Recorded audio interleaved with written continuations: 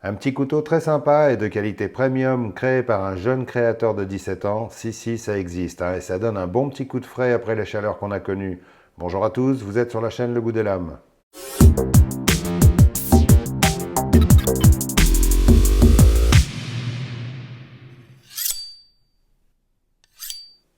Aujourd'hui, je vous présente le Boa de chez Artisan Cutlery. Et comme d'habitude, je commence par ses spécifications. Il fait une longueur fermée de 11 cm, longueur ouverte 18 cm 5, longueur de lame 8 cm, longueur de tranchant 8 cm, hauteur de lame 29 mm, épaisseur de lame 3 mm 2, longueur du manche 10 cm 5, épaisseur du manche 12 mm, la lame est en acier S35VN à 59-60 HRC de forme drop point avec émouture plate et revêtement black PVD. Le manche est en titane avec insert en fibre de carbone. L'ouverture se fait par, alors bouchez-vous les oreilles, thumb studs, front flipper, thumb hole. Trou de pouce si vous préférez. Hein. Ah tiens, c'est calme aujourd'hui. Normal, on a mis des somnifères dans ses croquettes. Génial. Le verrouillage est un frame lock, les roulements sont à billes céramiques, le clip est non réversible en position tip-up, son poids est inférieur à 90 grammes, 88,7 exactement, et son design est de Jonathan Shaw, un des plus jeunes concepteurs de couteaux du marché. Alors ce boa est un petit couteau avec un style résolument moderne qui reprend les codes actuels qu'on voit un peu partout. Hein. Front flipper, lame ouverte, roulement à billes céramiques, etc., etc. C'est un petit couteau avec des finitions assez haut de gamme. Tout est super soigné, jusque dans les moindres détails. Hein. Les liners sont en titane avec revêtement PVD comme la lame. Les inserts en carbone sont super bien incrustés, on ne distingue aucun espace et on ne sent pas du tout les jonctions en passant le doigt. C'est du travail d'orfèvre. Hein. C'est une construction ouverte, c'est-à-dire que rien ne ferme le manche dans la partie haute. Mais il y a un grand backspacer et en titane hein, pour donner une bonne solidité à l'ensemble. Comme on peut voir, il n'y a pas de trou pour passer une dragonne, et c'est tant mieux, si on veut en mettre une, il y a juste un petit pin entre les liners à l'extrémité du manche.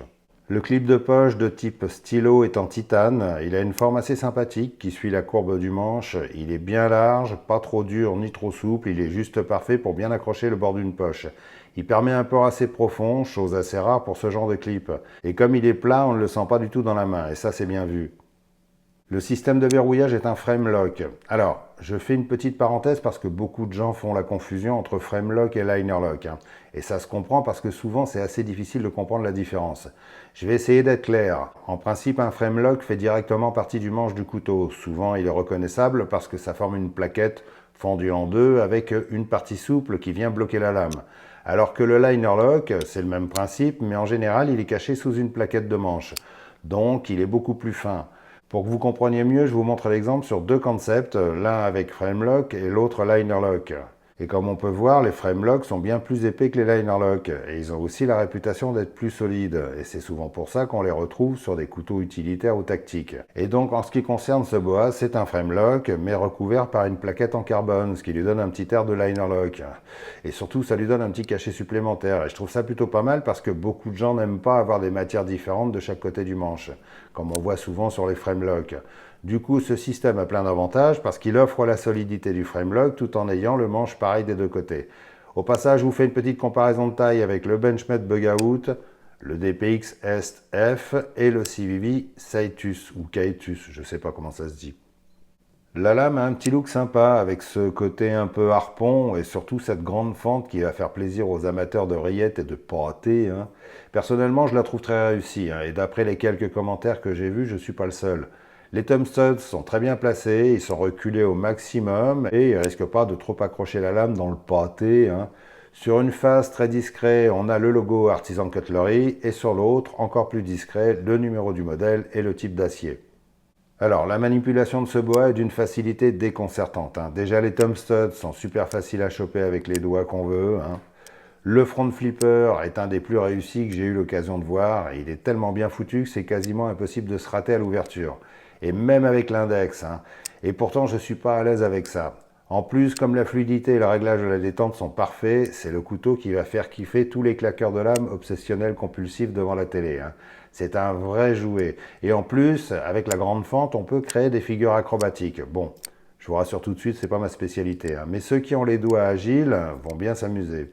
Alors là, devine, c'est quoi? Un couteau pliant. Oui, c'est bien, c'est ça. Et là?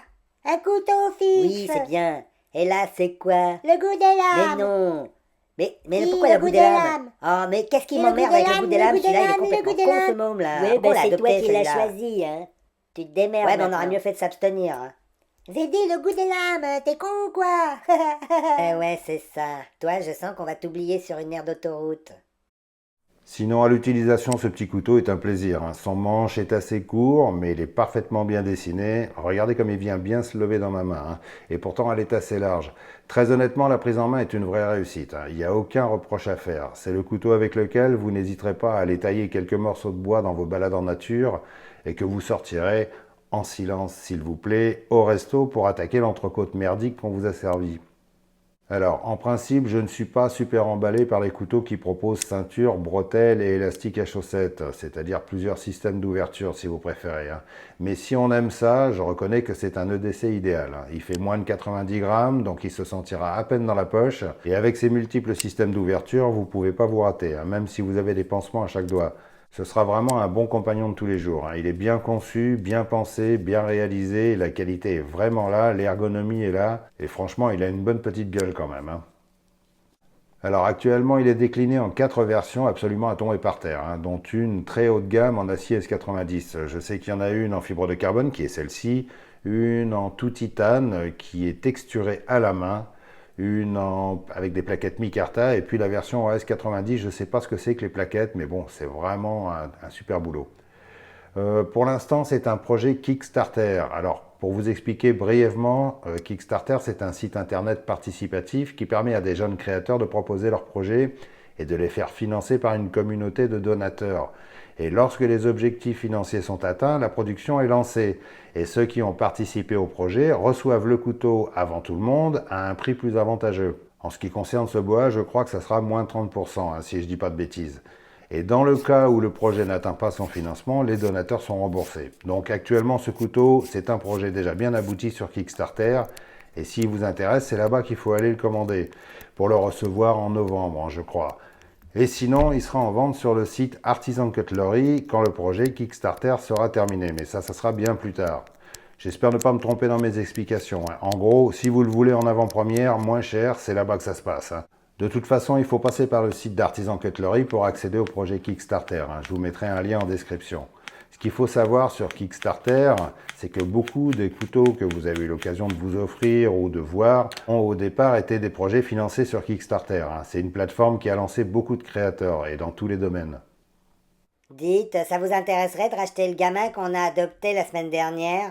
Et pourquoi vous voulez me refiler votre Ah. gosse? Qu'est-ce qu'il a? Il marche pas bien ou quoi? Non, mais c'est juste parce que c'est un casse-couille et que de toute façon, il pense qu'à le goût des lames, alors... Et alors, c'est bien de s'intéresser à la chaîne Le Goût des Lames. C'est la meilleure chaîne de couteaux Ah de bon? YouTube. Moi et mes copines, on la regarde tout le temps. C'est super bien. On s'éclate comme des Et folles. qu'est-ce qu'il a de Mais spécial? il est trop sexy, le mec. Et en plus, Comment c'est le seul ça? qui prend pas ses abonnés pour des cons. Tu vois ce que je veux dire? Hmm. Voilà, je vous remercie d'avoir regardé cette vidéo. Comme d'hab, si ça vous a intéressé, mettez le pouce de la fraternité, mes frères, et laissez un commentaire sur ce boa. Je suis curieux de savoir ce que vous en pensez, tout en vous précisant tout de suite que ce ne sera pas un couteau low cost, hein, vu ses caractéristiques. Et sinon, pensez à vous abonner, pensez à vous protéger, et protégez vos proches aussi, hein, parce que je sais que beaucoup d'entre vous n'écoutent jamais les infos, et parfois n'ont même pas de télé, donc quand je parle de sécurité, de se protéger, de savoir réagir, ça leur passe un petit peu au-dessus de la tête. Mais il faut quand même savoir ouvrir les yeux et les oreilles de temps en temps, ne serait-ce que pour écouter ce qui se passe à côté de chez vous, pour pouvoir rester bien affûté.